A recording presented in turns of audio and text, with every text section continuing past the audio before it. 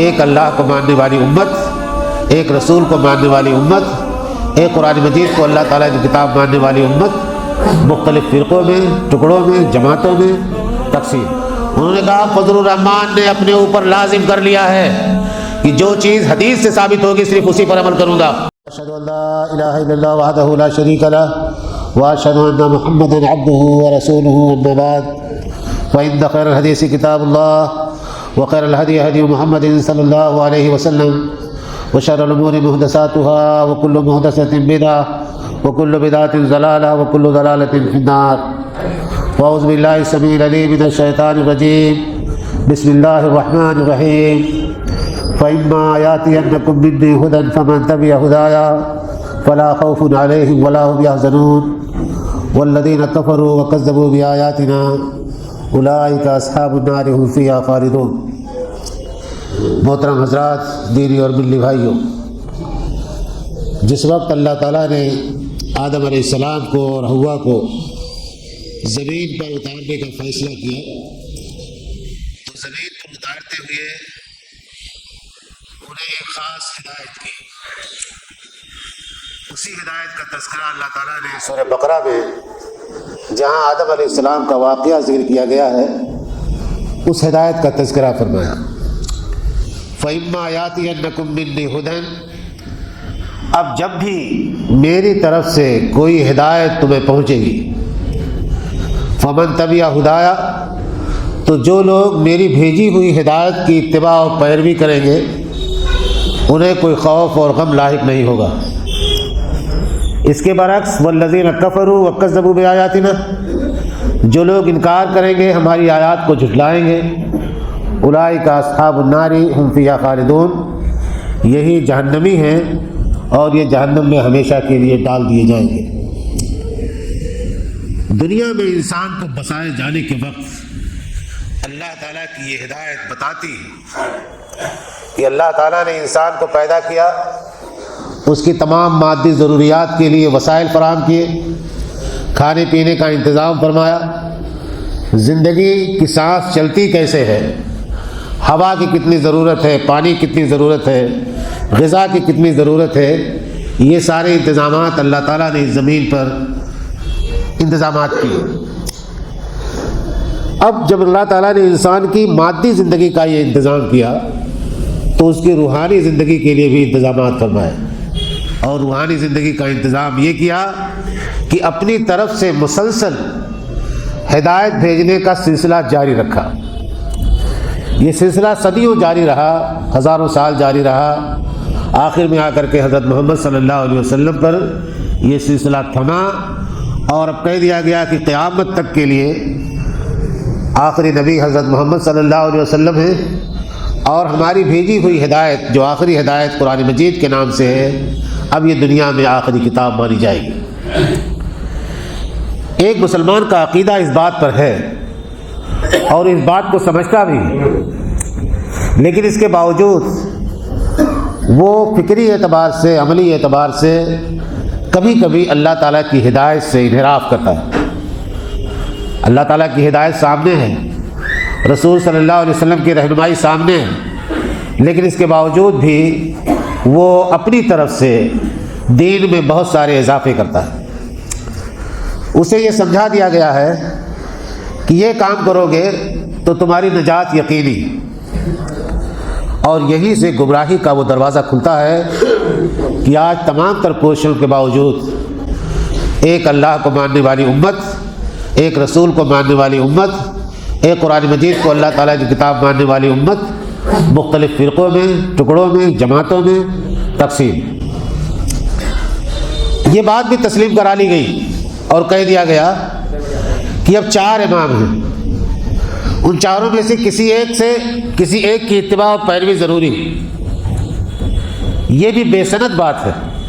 اللہ تعالیٰ نے تو اپنے دین کو اپنے نبی کے ہاتھوں مکمل کرا دیا، اب اس میں کسی امام کی، کسی مقتدی اور پیشوا کی ضرورت صرف یہ ہے کہ وہ اللہ تعالیٰ کی بھیجی ہوئی ہدایت اور نبی اکرم صلی اللہ علیہ وسلم کے بیان کردہ فرامین کی تشریح کریں، جو مسائل پیش آئیں ان مسائل کا حل بیان کریں، اپنی طرف سے کسی چیز کا اضافہ کرنے کی اجازت کسی کو نہیں۔ یہی انتظام اللہ تعالیٰ نے قرآن مجید کو بھیجتے وقت کیا۔ قرآن مجید کے بارے میں اللہ نے فرمایا کہ وَلَوْ تَقَوَّلَ عَلَيْنَا بَعْضَ الْأَقَاوِيلِ، کہ یہ نبی یا یہ جبریل اگر ہماری طرف کوئی ایسی بات گڑھ کر کے منسوب کریں گے جو ہم نے بتائی نہیں ہے، بیان نہیں کی ہے، تو ہم شہ رگ سے انہیں پکڑ لیں گے اور کاٹ دیں گے ان کی گردن۔ یہ اللہ تعالیٰ نے قرآن مجید کی حفاظت کا انتظام کیا اور فرمایا کہ ہم نے قرآن مجید کو نازل کیا ہے، اس کی حفاظت ہم کریں گے۔ دنیا نے بہت کوششیں کر ڈالی، آج بھی کوشش ہو رہی ہے کہ ثابت کیا جائے کہ قرآن مجید کے اندر تبدیلی ہو گئی۔ جیسے تورات اور انجیل میں تبدیلیاں ہو گئی، اسی طرح کی تبدیلی قرآن مجید میں بھی ہوئی ہے، لیکن لاکھ جتن کرنے کے باوجود، کوششیں کرنے کے باوجود ایک چیز بھی ثابت نہ ہو سکی کہ قرآن مجید پہلے کے مقابلے میں آج کچھ بدل دیا گیا۔ یورپ کی کئی یونیورسٹیوں میں اسلامک اسٹڈیز کے شعبے کے تحت قرآنیات کے بہت سارے ادارے قائم ہیں، جہاں مسلسل ریسرچ ہوتی ہے، کتابیں لکھی جاتی ہیں، انٹرنیٹ پر بہت سارا مواد ڈالا جاتا ہے۔ ایک انگریز مصنف نے تو یہاں تک لکھ دیا کہ اللہ تعالیٰ نے قرآن مجید کی آیتوں کی جو ترتیب کی ہے وہ ترتیب غیر منطقی ہے، عقل میں نہ آنے والی۔ اس صورت کو اس طرف ہونا چاہیے، اس آیت کو اس آیت کے بعد ہونا چاہیے، یہ آیت بلا وجہ نعوذ باللہ شامل کر دی گئی ہے صورت میں، اس آیت کا کوئی تعلق اس صورت سے نہیں۔ تو یہ سب اب کہہ رہا ہے ساری اوہام و خرافات یا غلط فہمیاں مسلسل قرآن مجید کے حوالے سے پھیلائی جاتی، اور اس کی ایک وجہ یہ بھی ہے کہ ہم مسلمان بھی کسی ایک راستے پر قائم اور باقی نہیں رہ سکے۔ طرح طرح کی بولیاں بولی جاتی ہیں، طرح طرح کے دلائل دیے جاتے ہیں، نتیجہ یہ ہے کہ شریعت جس طرح سے نازل ہوئی تھی، شریعت اس طرح سے محفوظ ہماری عملی زندگی میں نہیں رہ گئی،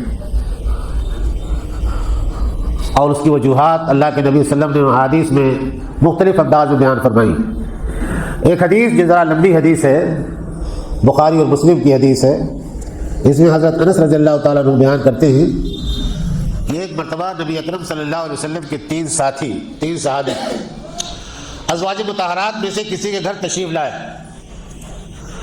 اور ان سے جاننا چاہا کہ اللہ کے نبی صلی اللہ علیہ وسلم کی عبادت کس طرح کی ہوتی ہے، کتنی عبادت آپ کرتے ہیں، راتوں کو اٹھتے ہیں تو کتنی رکعتیں پڑھتے ہیں، عام اوقات میں آپ کی عبادت کی نوعیت اور کیفیت کیا ہوتی ہے۔ جب نبی اکرم صلی اللہ علیہ وسلم کی زوجہ محترمہ نے اللہ کے نبی کی عبادت کی تفصیل بیان فرمائی تو حدیث کے الفاظ ہیں کانہم تقالوہا، آنے والے لوگوں نے اسے بہت کم سمجھا اور یہ کہا کہ بھائی اللہ کے نبی کا کیا مقام اور ہماری کیا حیثیت، آپ کے تو اگلے پچھلے گناہ معاف کر دیے گئے ہیں، ہم تو سراپا گنہگار بندے ہیں۔ ایک صاحب نے وہی عہد کیا کہ اب میں بغیر روزے کے کبھی نہیں رہوں گا، ہمیشہ نفلی روزے رکھوں گا۔ دوسرے صاحب نے یہ کہا کہ اب میں بیویوں عورتوں سے شادی نہیں کروں گا، بغیر شادی کی زندگی گزاروں گا۔ اور تیسرے صاحب نے یہ کہا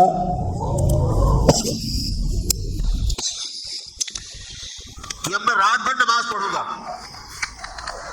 رات میں نیند نہیں آئے گی مجھ کو، کبھی نہیں سوؤں گا۔ جب اللہ کے نبی صلی اللہ علیہ وسلم تشریف لائے تو آپ کی زوجہ محترمہ نے بتایا کہ آپ کے ساتھی تین یہاں آئے تھے اور اس طرح کی باتیں کہہ کر کے گئے ہیں۔ اللہ کے نبی صلی اللہ علیہ وسلم باہر تشریف لائے، صحابہ کرام کو جمع کیا اور پھر تقریر فرمائی۔ تقریر میں ان تینوں حضرات کا نام نہیں لیا، بلکہ یہ کہا کہ لوگوں کو کیا ہو گیا ہے کہ وہ اس طرح کی باتیں کہتے ہیں۔ میں اللہ تعالیٰ کا نبی ہوں، میں رات کو سوتا بھی ہوں، تہجد بھی پڑھتا ہوں، نفلی روزے رکھتا بھی ہوں، کبھی نہیں بھی رکھتا، اور عورتوں سے میں نے شادیاں کر رکھی ہیں، تجرد کی زندگی نہیں گزارتا، یہ میری سنت ہے۔ فمن رغب عن سنتی فلیس منی۔ یہ الفاظ اگر یاد رہیں آپ کو تو یاد رہنی چاہیے کہ جو میری سنت سے اعراض کرے گا، میرے اس راستے کو چھوڑ دے گا، اس کا مجھ سے کوئی تعلق نہیں۔ بہت الفاظ سخت ہیں کہ اللہ کے نبی صلی اللہ علیہ وسلم نے اپنی طرف نسبت سے منع کر دیا ایسے شخص کو جو اللہ کے نبی کے طریقے پر نہ چلے. یہ حدیث شریعت کا مزاج بتاتی ہے. ہماری ذمہ داری صرف یہی نہیں ہے کہ ہم شریعت پر عمل کریں، بلکہ اس سے آگے بڑھ کر کے ایک ذمہ داری یہ بھی ہے کہ شریعت اللہ تعالیٰ نے جس طرح سے نازل فرمائی ہے اس شریعت کو اسی طرح محفوظ رکھے، اس میں کچھ گھٹائیں بڑھائیں نہیں. اگر بڑھانے کا سلسلہ جاری رہے یا اس کو جائز قرار دے دیا جائے تو پھر شریعت تو نہ مانو چوچو کا مربع بن جائے گی. جس کی طبیعت میں جو چیز آئے گی بڑھا دے گا. ہم نے بہت ساری چیزیں بڑھائی ہیں. تقوی کی زندگی کے لیے یہ مان لیا گیا، بہت سارے صوفیاء کے یہاں یہ چیز ملتی ہے کہ بیوی بچوں کا جھمیلا نہ پالا جائے. بلکہ برادران وطن کے یہاں جو مذہبی لوگ ہیں آپ جانتے ہیں کہ وہ شادیاں نہیں کرتے. عیسائیوں میں بھی دیندار طبقہ شادیاں نہیں کرتا اور اسے دین کا سب سے اچھا کام سمجھا جاتا ہے. لیکن دین اسلام جو ایک فطری مذہب اور دین ہے اس نے انسان کی فطرت کا لحاظ کیا ہے کہ مجرد زندگی گزارنا انسان کے لیے ہلاکت انگیز ہے. بہک سکتا ہے، وہ برائی کی طرف اس کے قدم اٹھ سکتے ہیں. چنانچہ تاریخ شاہد ہے کہ عبادت گاہیں حرام کاری اور زنا کا مرکز بن گئی. عبادت گزار لوگ راہ راست سے بھٹک گئے اور کتنی طرح کے اسکینڈل سامنے آئے. مولانا عبدالباری دریابادی نے ایک انگریزی کتاب کا ترجمہ کیا، اس کا نام ہے تاریخ اخلاق یورپ. یورپ کے اخلاق کی تاریخ، کن کن مراحل سے گزرے ہیں یہ عبادت گزار لوگ اور کس کس طرح کی برائیاں ان کے اندر پیدا ہوئی ہیں، پوری داستان اس کے اندر موجود ہے. اسلام یہ نہیں چاہتا. آج بہت سارے لوگ ہم مسلمانوں میں یہ ایک مولانا صاحب ہیں مسجد کے کسی حجرے میں یا کسی خانقاہ کے حجرے میں بیٹھے ہوئے ہیں، تسبیح کے دانے ہمیشہ ان کے ہاتھ میں گھومتے رہتے ہیں، اللہ تعالیٰ کا ذکر ہمیشہ ان کی زبان پر رہتا ہے.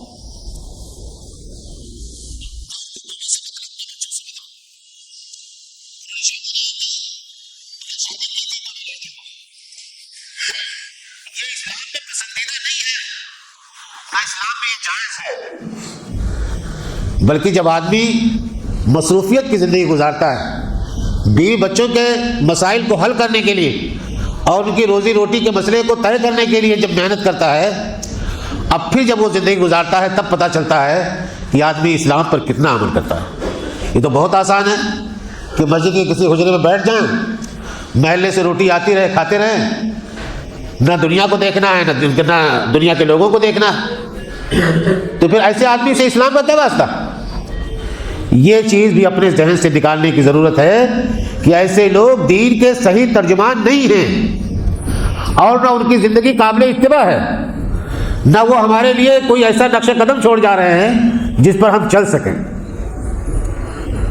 ایک عالم دین قابل احترام، اس لیے احترام ہے کہ اس کے پاس دین کا علم ہے، اور اس لیے قابل احترام ہے کہ عوام اس سے دین سیکھتی ہے، اس سے دین کی اشاعت ہوتی ہے، ہم اس سے فتاوے معلوم کرتے ہیں. یہی احترام ہے. احترام کا مطلب یہ نہیں ہے کہ اس کے ہاتھ چومے جائیں، اس کے پیر چومے جائیں، اس کا ہاتھ اپنے سر پہ برکت کے لیے ملا جائے، لگایا جائے. اس قسم کے تصورات ہمارے اندر عام کیے گئے اور یہ سمجھا گیا کہ اگر مولانا نے بچے کے سر پہ ہاتھ رکھ دیا تو بچے کا تو بیڑا پار ہو جائے گا. نبی کی ذات کے علاوہ کوئی ذات ایسی بابرکت نہیں ہے جس کے ہاتھ میں اس طرح سے برکت آ جائے کہ آپ کے بچے کے سر پر ہاتھ پھیر دے تو آپ کے بچے کی تقدیر بدل جائے. ہمارے لیے جو عبادات اللہ تعالیٰ نے فرض کی، نبی اکرم صلی اللہ علیہ وسلم نے اس کی تفصیل بیان فرما دی. حضرت عبداللہ بن عمر، حضرت ام سلمہ رضی اللہ تعالیٰ عنہ کی روایات کہ 5 وقت کی نمازوں میں جو سنتیں پڑھی جاتی ہیں ان کی تعداد 12 ہے. حضرت عبداللہ بن عمر کی روایت میں وہ تعداد 10 بتائی گئی. 2 فجر میں، 6 یا 4 ظہر میں عصر میں کوئی سنت و نفل نہیں، مغرب میں 2 سنت، عشاء میں 2 سنت، یہ کل 12 رکعتیں۔ ہم نے اپنی رائے سے، اپنی خواہش سے، اپنے اجتہاد سے صرف عشاء میں 17 رکعتیں بنا دی، اور اس پر اصرار ہے۔ عشاء سے پہلے کوئی سنت نہیں، فرض سے پہلے کسی سنت و نفل کا تذکرہ نہیں ملتا۔ آپ کیوں مسلمانوں پر ایک بوجھ ڈال رہے ہیں؟ اور اگر اللہ کے نبی کی سنت نہیں ہے تو اسے کس سنت کی پیروی کرنے کی یا کس سنت کا پابند بنانے کی بات کی جا رہی ہے؟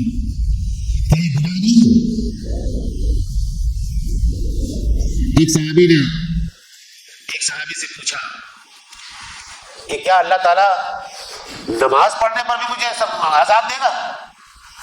کہا میں تو یہ نہیں جانتا کہ نماز پڑھنے پر تمہیں ثواب ملے گا یا عذاب ملے گا، لیکن یہ ضرور جانتا ہوں کہ نبی کی سنت کی مخالفت کرو گے تو تمہیں اللہ تعالیٰ کا عذاب ملے گا۔ اگر نبی کی سنت نہیں ہے عشاء کے فرض سے پہلے 4 رکعت سنت پڑھنے کی، تو آپ کیوں پڑھ رہے ہیں؟ عشاء کی رکعتیں جو احادیث سے ثابت ہیں، 4 رکعت فرض، 2 رکعت سنت مؤکدہ، اور اس کے بعد 3 رکعت یا 1 رکعت وتر، 4 2 6 اور 3 9، 9 یا 7، پوری 10 رکعتوں کا اضافہ ہو گیا۔ حضرت عائشہ رضی اللہ تعالیٰ عنہ فرماتی ہے، صحیح مسلم کی روایت ہے، وہ بھی سن لیجیے، کہ اللہ کے نبی صلی اللہ علیہ وسلم کا جسم اطہر جب بھاری ہو گیا آخری عمر میں، اور رات میں اٹھنا یا تہجد کے پڑھنا کبھی کبھی ناگا ہو جاتا یا نہیں پڑھ پاتے، تو آپ عشاء کی نماز کے بعد وتروں کے بعد 2 رکعت بیٹھ کر کے پڑھتے تھے۔ اللہ کے نبی صلی اللہ علیہ وسلم کی یہ سنت، یہ ایک بھاری بھرکم آدمی جس نے کئی رکعتیں ابھی کھڑے ہو کر کے پڑھی ہیں، اب مزید کھڑا نہیں رہ سکتا، تو اسے گنجائش نکلتی ہے اس کے لیے کہ 2 رکعت بیٹھ کر کے پڑھ لے۔ یہ بدل ہے شب بیداری کا، یہ عشاء کے ساتھ نہیں ملی ہوئی ہے یہ رکعتیں، لیکن اس کو عشاء کے ساتھ جوڑ دیا گیا۔ مسئلہ یہ بھی نکال دیا گیا کہ اپنی نمازیں بیٹھ کر کے پڑھی جائیں۔ ایک 12 سال کا لڑکا، 15 سال کا لڑکا معلوم ہوا کہ ظہر میں بھی وہ بیٹھ کے 2 رکعت پڑھ رہا، مغرب کے بعد بھی، سنت مؤکدہ کے بعد بھی 2 رکعت بیٹھ کر کے پڑھ رہا، عشاء کے بعد بھی 2 رکعت بیٹھ کر کے پڑھ رہا ہے۔ یہ بیٹھ کر کے نماز پڑھنے کا طریقہ کس نے ایجاد کر دیا؟ ایک آدمی جس کے گھٹوں میں تکلیف ہے، جو کھڑا نہیں رہ سکتا، اسے تو شریعت نے اجازت دی ہے کہ وہ آدمی بیٹھ کر کے نماز پڑھے۔ بہت ساری مسجدوں میں لوگ آپ دیکھتے ہوں گے کہ جو بوڑھے ہیں یا جن کے گھٹوں میں تکلیف ہے وہ بیٹھ کر کے نماز پڑھتے ہیں۔ ضمن ایک مسئلہ اور بیان کر دوں جو بہت بڑی مصیبت بن گئی ہے اس وقت۔ اللہ کے نبی نے فرمایا کہ جو شخص کھڑے ہو کر کے نماز نہ پڑھ سکے وہ بیٹھ کر کے نماز پڑھے، جو بیٹھ کر کے بھی نماز نہ پڑھ سکے وہ لیٹ کر کے نماز پڑھے، جو لیٹ کر کے بھی نماز نہ پڑھ سکے وہ اشاروں سے نماز پڑھے۔ یہ اللہ کے نبی صلی اللہ علیہ وسلم نے ترکیب بتا دی۔ جن حضرات کے گھٹنوں میں تکلیف ہے وہ پیر آگے بچھا کر، پھیلا کر کے نماز پڑھ سکتے ہیں جماعت کے ساتھ۔ کرسی رکھنے کی اور کرسی پر بیٹھ کر کے نماز پڑھنے کی کوئی روایت کہیں نہیں ملتی۔ کیا اللہ کے نبی کے زمانے میں لکڑیاں نہیں تھیں؟ بوڑھے نہیں تھے؟ جب ممبر لکڑی سے بنایا جا سکتا ہے تو کرسیاں کیوں نہیں بنائی جا سکتی؟ ایک نئی چیز متعارف کرائی گئی۔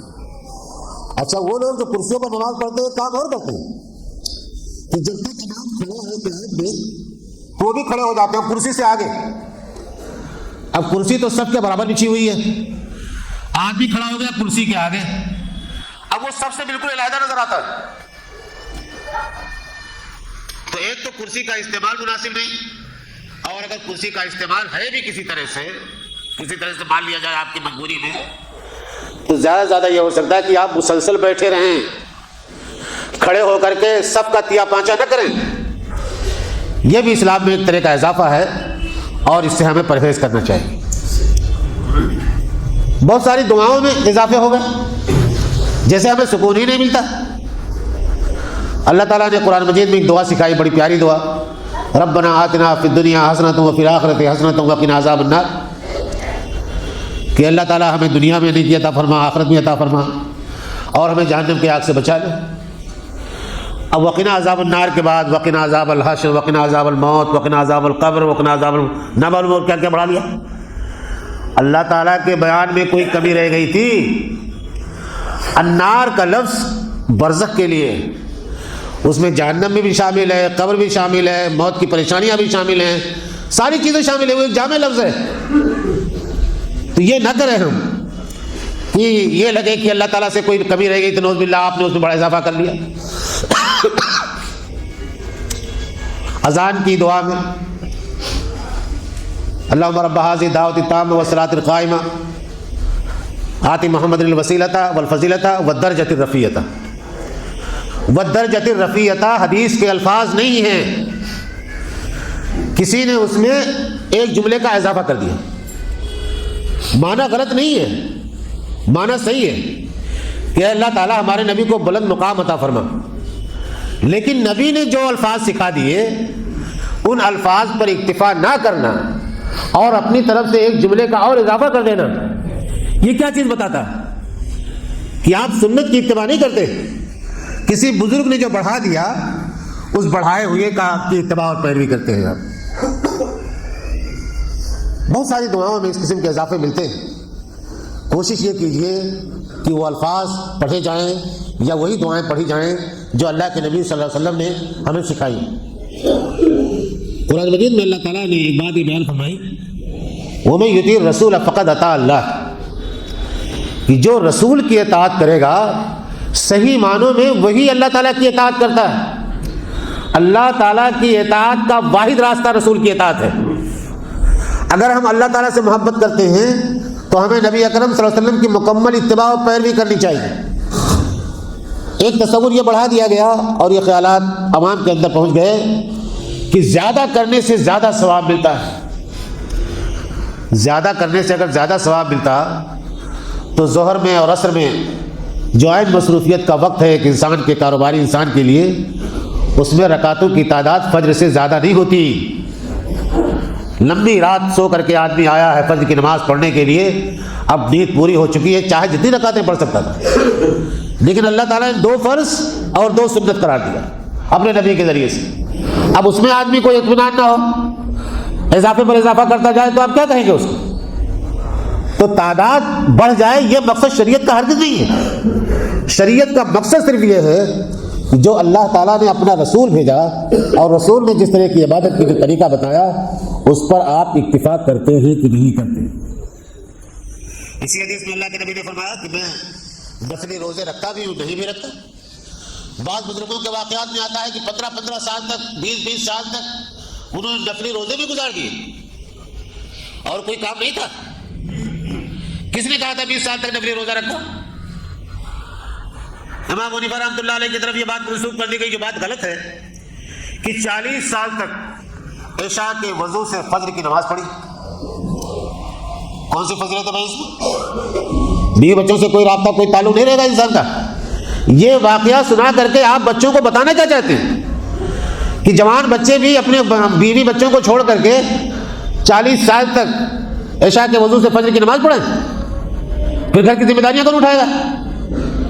تو یہ سب اعتدال سے بھٹکی ہوئی، راہ اعتدال سے ہٹی ہوئی باتیں جن کو شریعت کا حصہ بنا دیا گیا، اور ہم ایسے واقعات جو غلط ہیں ان واقعات کو سنتے ہیں تو واہ واہ کرتے ہیں۔